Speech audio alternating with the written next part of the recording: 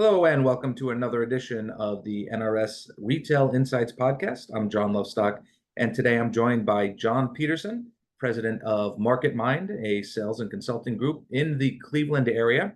And John is the former owner and publisher of Convenience Store Decisions and the National Advisory Group, where I also spent about 20 years at that once great brand.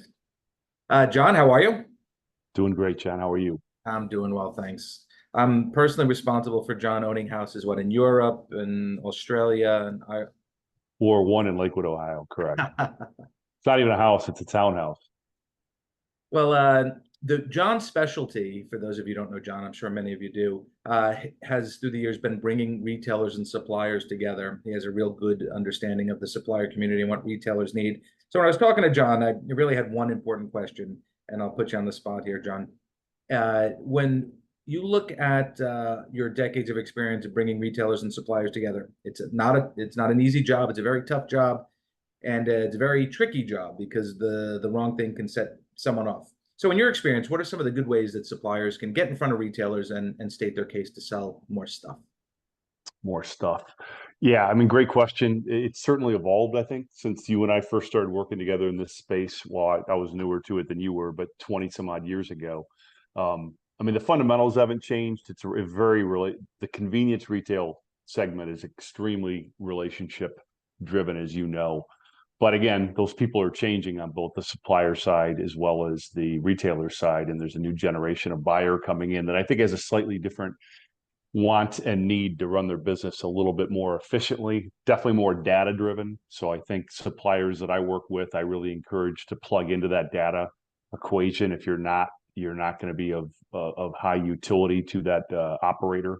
They want to see how your data can plug into their macro numbers and see if they jive and if they can help them move the needle and enhance a category. So again, I think data analytics and data driven decisions that are being made require a supplier now more than ever to be part of that and be able to really understand the customer.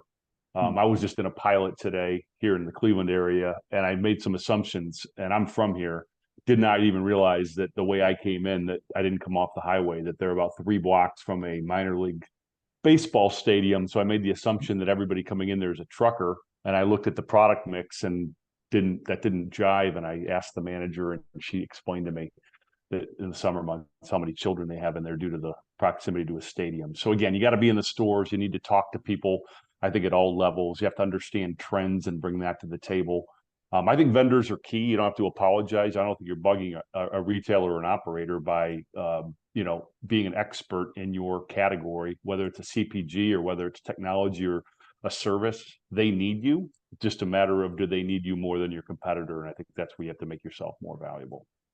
Great. And you mentioned data. So we're not even just talking about sales data, right? It could be market analytics. It could be potential new communities coming in, like you see with the Walmart, for example. Walmart is legendary for kind of figuring out where the population is going to go. They go to the further outreaches of it, build this gigantic store, and then the community literally backfills in. And if you're a convenience retailer, that would be great news to have. Excuse me, news to have, because you pick 2 good corners and away you go. You own the market. Yeah, I think suppliers just need to ultimately understand their customer's customer. And if your data can help support that, I think the better of more value you are, even if it's somebody in another region that's doing something with a similar demographic outside your competitive market space, but you can bring that intel to the retailer. I was traveling not too long ago in West Texas, and I was surprised, even in a small town, that the CEO mentioned that how radically different their customer was, even within a very small city in West Texas.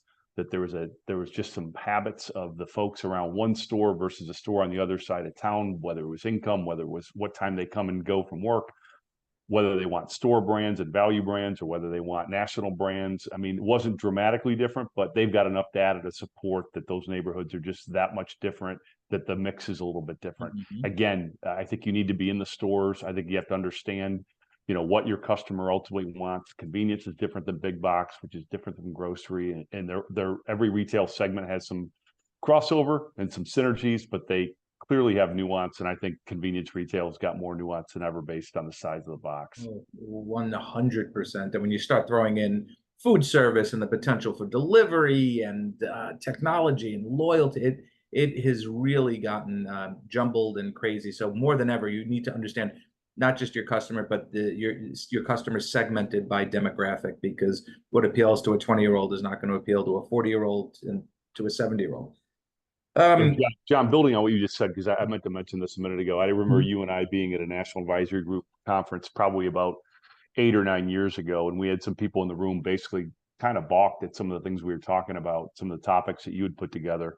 But of course, you saw the future. You just saw it a little bit earlier. We were talking about some things, and some people were like, guys, this is not us. This is not our segment. This is not what we do. This is not how we got here, and it's certainly not where we're going. And then this pesky little pandemic hit, and I feel like COVID really fast-tracked this channel and a lot of other retail segments and life in general. But I think COVID fast-tracked this channel dramatically by pushing things like self-checkout and drive-throughs and to-go and deliver and to-go food service and delivery. All those things that were kind of percolating a little bit are here amongst us now. And I really think that allowed operators to gear up, and suppliers that have not stayed with those trends and aren't able to be a part of that whole equation, I think are in some trouble.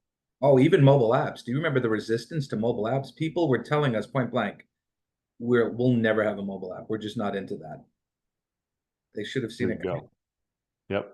One of the businesses within the CSD group was Convenience Directions. Now, that was a group, if you're not familiar with this, where we put suppliers in front of retailers to give them a few minutes to talk about trends in the market and how they can help retailers. This proved to be very successful, John. You guys, the team really pushed suppliers and coached suppliers on how to get great information and great product data to retailers, and they had a tremendous success rate. So you tell us a little bit about Convenience Directions and kind of what made this one-on-one or in-person model so successful.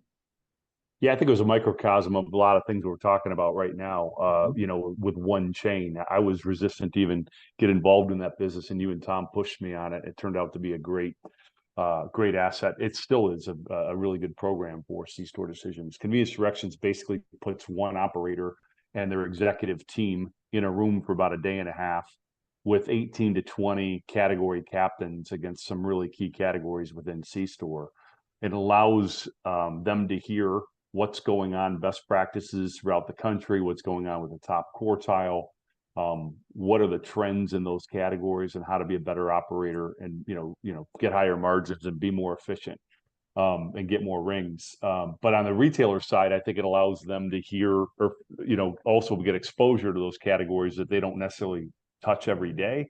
And then from the supplier side, they get to talk to some folks that isn't necessarily their key contact on a daily basis. So it gets, a lot of these folks are moving people around. So your buyer today moves chairs and you've got someone else, and it's great for the supplier to know the whole executive team that's making the buying decision, and it's great for the retailer to understand again the trends. And the success rate on this thing has been amazing over the years, where a few months later I think retailers gave you pretty positive feedback on changing their planograms based on something they heard, or doing something different based on suggestions they heard after the store tours and the presentations and the exchange of strategy. And then from the supplier perspective, which is where I spent all my time, was, man, this is the greatest program. Can you do more of these meetings? We got lift, 60 days post that meeting. We're seeing it in the numbers and the data. So again, it was a win-win. It was just a really effective way for retailers to get exposed to about 20 categories, whether it was wine or whether it was technology and in between. And obviously a great play for the supplier to get an intimate opportunity to be one-on-one with that executive team for a day and a half. Yeah, a couple of things I'd like to add to that, because I think when I realized the power of Convenience Directions was when, it might have been Kellogg, I forget who it was, but someone stood up there and said to a chain, this is the #1 SKU in your market and you're not carrying it. And it's not even my product. You need to get this in your store because this is selling. And that shows how having a good relationship with the supplier will build trust and will ultimately help grow sales, which is what everybody's after.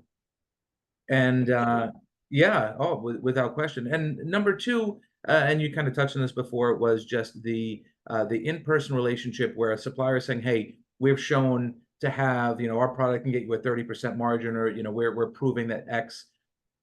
When the CEO hears that, or the finance guy hears that, their ears perk up. The category manager is getting pitched from in 100 different directions, but when you can get in front and get the ear of the executive team, of the finance guys, more than just one person, and build that relationship, good things will happen. 100%. I mean, and to your point, the good category captains would acknowledge that they're not the only game in town. They weren't looking to grab every end cap, have 100% share.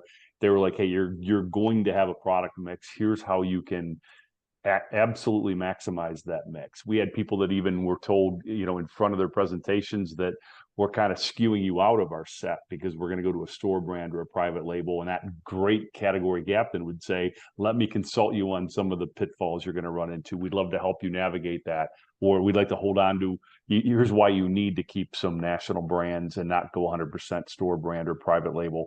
So again, those were fascinating conversations for me. I still use those conversations on a daily basis of what I learned in those meetings from both perspectives. Well, good. I appreciate your insights, John. How can people get in touch with you if they're looking to tap into your experience? You can hit me at John Petersen, all E's in Peterson. I always say it that way. John Petersen 22 at gmail.com. And pleasure catching up with you, John. Yeah, you reach out to me. I'll hook you up with John. You can tap into his 25 years of experience helping suppliers really get in front of retailers and help them build stores, build planograms, and boost profits. So I appreciate your time, John. It's good to catch up. Great seeing you, buddy. Thank you. Talk again soon. Thank you, Bye. Everyone, for tuning in to another edition of the NRS Insights Podcast. We appreciate you listening and hope to have you on a future podcast. Have a good afternoon, everyone.